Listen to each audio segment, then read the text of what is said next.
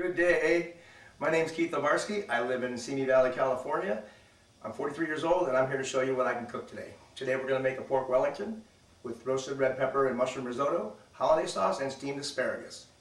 Now if you do see a couple of dogs walking around here, that'll be one of the two. One will be Paris and one will be Rex, so don't be scared. Come on in and I'll get you started. Alright, what we're going to do right now, we're going to create the risotto. I'm going to go ahead and start cutting some vegetables, and I'm going to chat with you a little bit while I'm cutting the vegetable. Alright, so first of all, I'm going to go ahead and I'm going to dice the onion. So try to follow me while I'm dicing this onion real nicely. Okay, take half of it right there. Okay, alright, now do not try this at home, try to be quick or anything like that. You can talk and chop at the same time. It's taken me a long time to get here, so please don't do this like it was me, okay? Now, I'm going to go ahead and take the onions over here, put them in the bowl.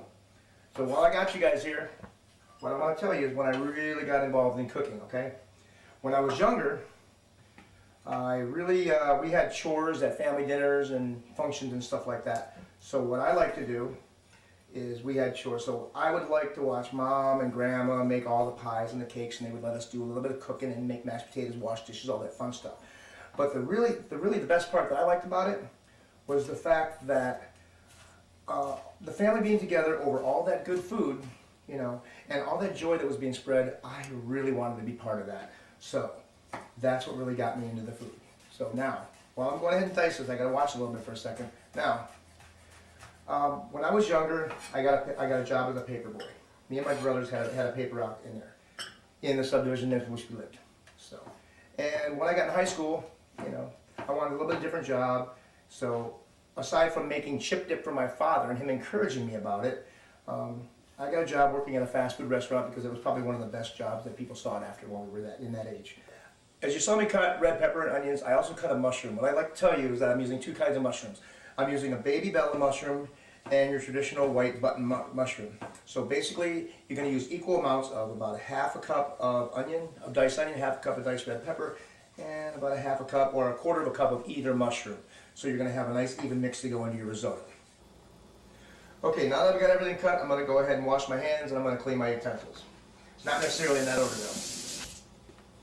Alright, now let's go ahead and take everything over here to the stove and get ready to make this risotto, alright? Now we're going to cook the risotto. First thing you want to do is you want to add all your aromatics and the vegetables that were just chopped into the pan with some melted butter. Okay. Pre-melted butter, thank you. Right, what you're going to do, you're going to saute those off until they're soft. Hold on one second. Let me get that big old piece out of there. Alright, now we're going to go ahead and just saute these so they're soft. Okay, now while we're waiting for these to get soft, let me go ahead and finish my backstory for you. Okay. I told you about the paper route. I told you about the fast food restaurant. Okay, so when high school was over, I joined the Marine Corps. I decided to serve my country. So, and for the first 2 years, they sent me over to Okinawa. So, being in Japan, I've been all over. I've been all over the country, all over the world, and I pulled all kinds of different cultures and stuff and made it my own. Alright, now that the vegetables are already cooked and nice and tender, we're going to go ahead and add the risotto, okay? About 1 cup. And you're going to make sure that's completely stirred into there, and you're going to brown the risotto as you stir it with the vegetables. So that's going to be a few more minutes, so stay with me. Okay, here's what's going to happen. A lot of people don't like this spice, but I do. Now that we've got all the vegetables, the rice, and the risotto in that, I'm going to go ahead and add the spices. I'm going to add a little bit of salt and pepper, and what I like to add, a little bit of dill. A lot of people don't use dill. I like dill, okay? It's very aromatic, and it's one of those spices that you really don't know that it's in there, but it's in there, okay? And if you've done that, they really don't, I mean, that's what you're looking for. You don't want to say, oh my gosh, that's dill. You just want to say, hey, I taste something, but I don't know what it is. All right. So, once you get that in there, you're going to add the chicken stock. Okay. You're going to add about half a cup at a time when you make this. Okay. And you're going to wait for the rice to absorb the moisture, and you're going to keep adding that. Going. Always stir it. Never walk away from your risotto, because if you do, you're going to have a nasty, mushy, sloppy mess. Okay. So always stir it. Always keep on it if it's on the flame. I have a tenderloin in the oven. It's already taken care. It's already been prepared. So I'm going to go ahead and show you exactly what I did. Okay. First, you get yourself a nice tenderloin. You know what? There's a little bit of fat and stuff. What you want to do, you want to trim all that fat off of there. Okay. So what I'm going to do is I'm going to trim this fat off the tenderloin. You want to make sure you don't get too much of the meat, because then you're just wasting your money. All right. So it's going to go in the sink. Okay. Now, once you get that done, I have right here, I have a reduction of mushrooms, cream, and onions. Okay, and what that's going to do, that's called a duck salad. What you're going to do, you're going to put that all over that before you wrap it in the puff pastry. Okay, now let me show you how to do it. What we're doing now, we're searing the tenderloin. So very carefully turn it over. Take a look at that. You want to make sure you get all those juices in there. Okay. What you're doing when you sear meat, you're locking in all the juices and the flavors. Okay. Now that the meat is seared, we're going to take it off and we're going to put it onto the puff pastry that I have over here. Okay. Very gently, put it on an angle, that way you have enough room to fold over and roll. Okay. Now that you got that going on, I'm going to take the duck sal, which is basically, I told you before, a reduction of cream, onions, and mushrooms. All right. And you're going to spread that liberally on top of the tenderloin, okay? All right, that's a beautiful thing. And if you have to put some on the sides, that's okay too, because the more flavor, the better, all right? Now, before we wrap it, I'm going to go ahead and put a little bit more salt and pepper, okay? A little bit of pepper, a little bit of salt. Perfect. Now, I'm going to go ahead and wrap the corners. All right, you wrap the corners like that, and then you wrap the rest of the pastry around and you roll it. Just like that. All right, now if there's some little holes, you can go ahead and stretch the pastry over. It's not a big deal. But the best thing you want to do, I'm going to take a little bit of my lemon juice. That's my little thing of choice. You're going to wet the pastry, and you're going to go ahead and seal that up like that.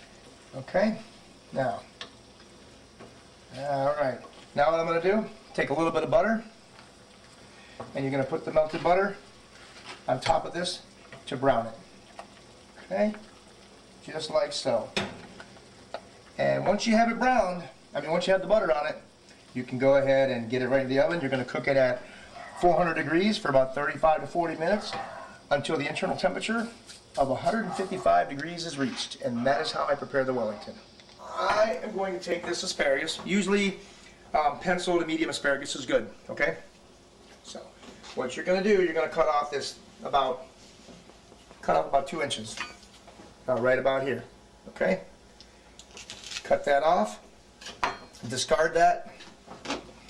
Now you're going to bring this over your water that's already boiling, drop it in the pot, okay?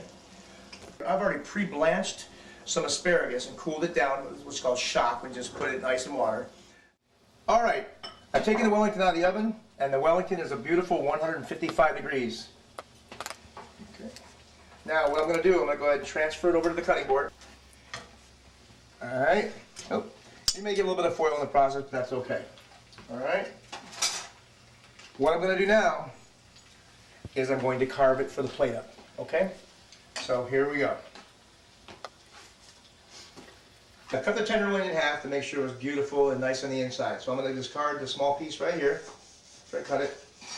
Now what I'm going to do, you're going to cut this on a bias before the plate up. If a little bit of the pastry comes off, it's okay. It's not a big deal.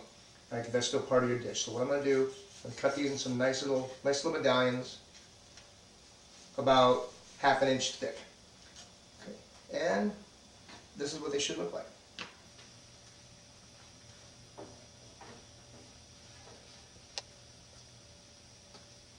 Now let's take this wonderful project and get it to the plate. Okay. The risotto is going to go right in the middle. Just like this. Okay. You're going to mound that up nice and high.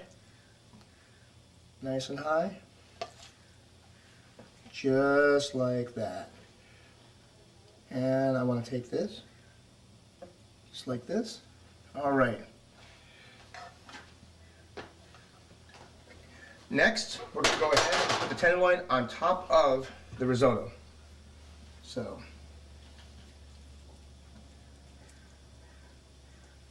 just like that. All right, now what we're going to go ahead and do, we're going to go ahead and build the asparagus. Okay.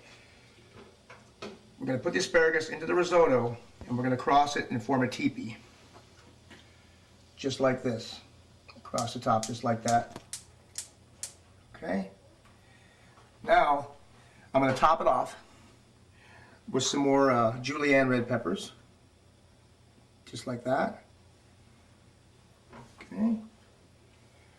Just like so. Now, after you get the red peppers on there, I'm going to go ahead and finish with some hollandaise sauce.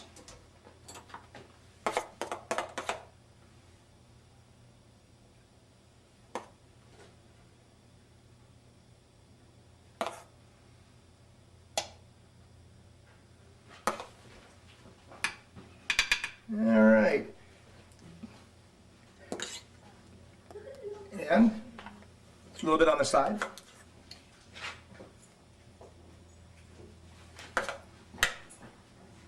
Okay. Give it a little push. Okay. Now, just like so. Find a towel. All right. And this is the finished product. This is pork Wellington with mushroom and red pepper risotto, asparagus, steamed asparagus, and hollandaise sauce. Now for the best part. We get to eat. Let's go. Let's taste this.